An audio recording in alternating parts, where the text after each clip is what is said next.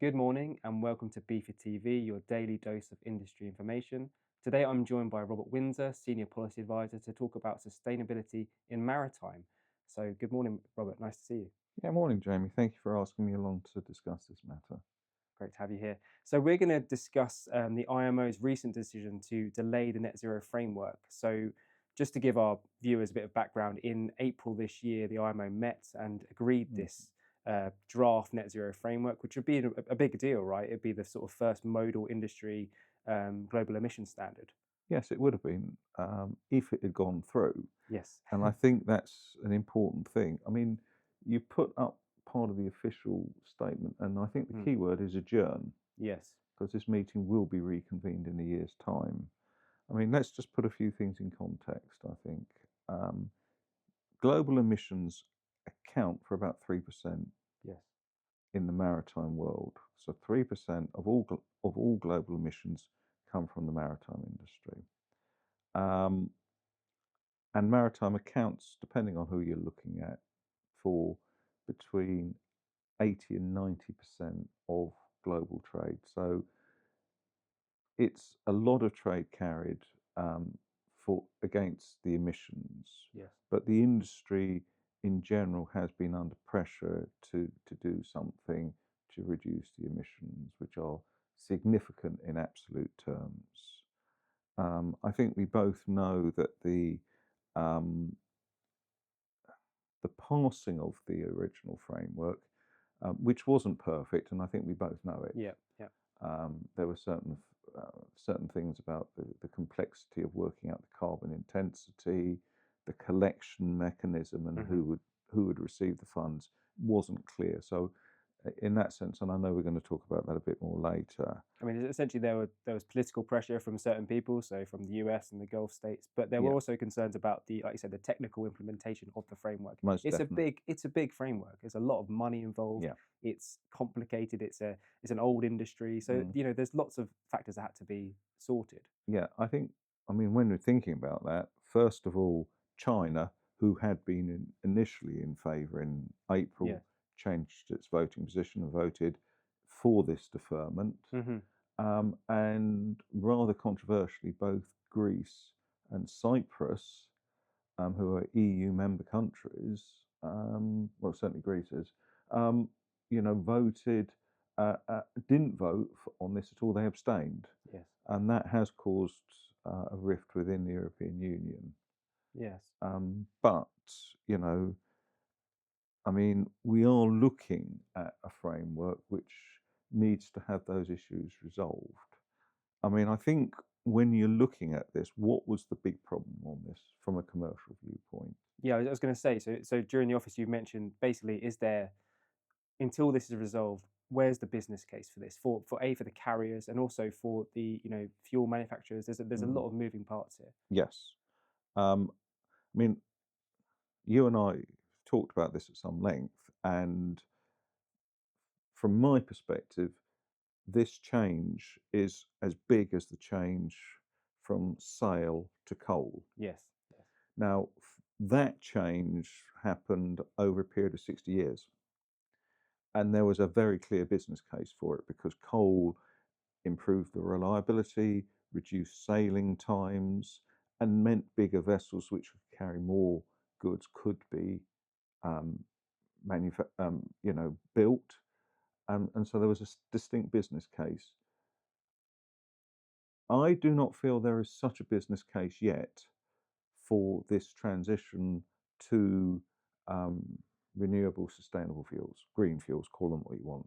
I mean, so yeah, one of the reasons for that is because carbon itself is not priced, and That's this is what correct. the framework would have achieved, would be a global carbon price, which Yes. would then inch towards that business case. But as we said, there were outstanding issues with the framework. Yeah, but I think if this had gone through, you'd have had the business case Interesting.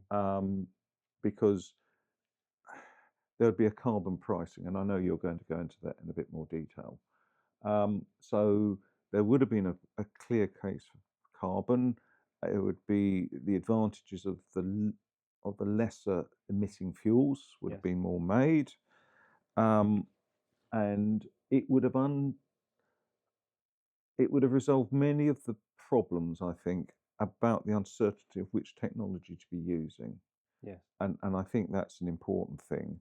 I think it would also point it the way, because there's many moving parts in this. It's not just the vessels and the ship owners and the charterers of those vessels, It's and a then whole industry, isn't it? it's the whole industry. So you've got to look at the manufacture and distribution and bunkering of the fuel. Yeah. There are other elements like insurance to consider. Crew training would be an important element, because crews have got to be trained on how to use these new fuels safely, because as we know, some of them are quite toxic. Yeah. But they You're have moving from heavy ship oil to Yeah. alternatives, and the crew need to be aware of that and Yeah. how they deal with these alternatives. Absolutely. So I think that's where we're at on all of this. Okay. Shall I go into the framework as it was presented? Well, as you understand it, and I don't. Yeah, I mean, this is just basically how it was going to be. Whether or not when they meet again next October, whether they'll change it, we don't know. But essentially, it's made up of two elements. There's the greenhouse gas intensity, which then tightens every year. So the Yes. fuels have to reach a certain greenhouse gas intensity. If they don't reach that, then there are penalties. And if they exceed it, if they go beyond, then they actually get rewarded. So what we have here is the base compliance. So if vessels didn't meet the base compliance, they would have to pay $380 per ton of CO2 emitted. So a very hefty penalty there. In between the base and the direct compliance is when you'd be paying $100 a ton. So still quite a lot, but not as much as the 380. And if you go below the direct compliance, that's when you start to earn credits. So these credits can be used in other vessels in your fleet, and they can be kept. They would have been kept for sort of 2 years as well. You can use them in later years, or they could be sold on a secondary market. And that's the second element of this, is the economic market mechanism. So to increase investment, there needs to be a reward for alternative fuels. And that's if they went below this direct compliance, they'd earn these carbon credits and they could sell them to other vessel operators. And then the money that comes from the penalties between the base and direct and those that don't meet the base, that would go into a sort of climate fund, and that would pay for mitigation of climate change, and also pay for technological innovation in low carbon fuels. So that's what the plan was. Obviously, what actually happens when they reconvene, we don't know. But ultimately, it's a carrot and stick approach. Yes. Reward those who are exceeding and doing really well, and penalise those who are lagging behind. Right. So in the absence, Robert, of the framework not being passed, are shipping lines sort of spurring on ahead and using off their own steam for low carbon solutions? Not steam, obviously. Not steam. No, steam's going back to coal. In a word, yes. I think the shipping lines understand there is a direction of travel, but they are still looking maybe for clarity from the regulator about what is the direction of travel. And I think one of the problems is undoubtedly there's no clear technology which has said this is what's going to be the technology to be used and the motive power. And actually, as we know, LNG is quite beneficial up to a certain date. Was it 2030, 2030? It's around the 2030s, yeah. But then it ceases to be so advantageous. Shipping lines are buying and having commissioned new vessels, and they tend to be dual fuel at the moment.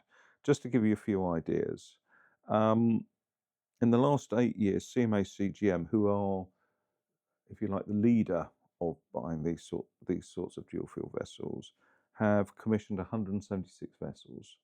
80 of them are on the water already, so obviously they're working in that direction. MSC have ordered 6, and these are big vessels, 22,000 TEU vessels, of a dual fuel, and I believe they're going to be using LNG. So they're due to be delivered in the next few years.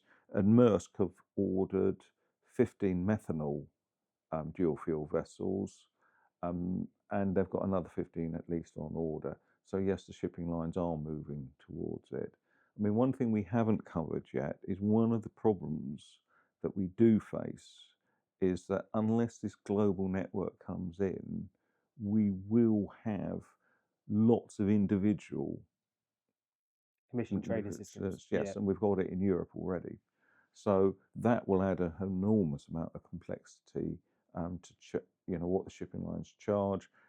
It will be very opaque, and actually checking what they're charging is going to be very much more difficult. Yes. So, I mean, I'm going to ask you now to look in your crystal ball. So it's October next year. The MEPC, the body from the IMO, is meeting again to discuss the framework. What do you think happens next in this year? I'd have another look at your crystal ball, to be honest. I mean, let us hope that the year is used to resolve the shortfall, the failings of what has been proposed. So let's hope those problems are sorted out, and in particular the methodology for calculating. Maybe you may have to give LNG a little bit longer to be a viable fuel, and also the mechanisms for collecting and distributing there. And I have to be honest, dealing with the American position at the moment in anything in trade, and particularly maritime, is very complex. But the administration does seem able to change its position remarkably quickly and to a remarkable extent. Let's hope that next year this does get sorted out. So there's clear direction on fuel types, one global system, and that will give then the impetus for the whole industry of what types to build, how to distribute and that should be manufacture and distribute fuel, and also start on the fuel training. Thank you for joining us, Robert. That was a really interesting conversation.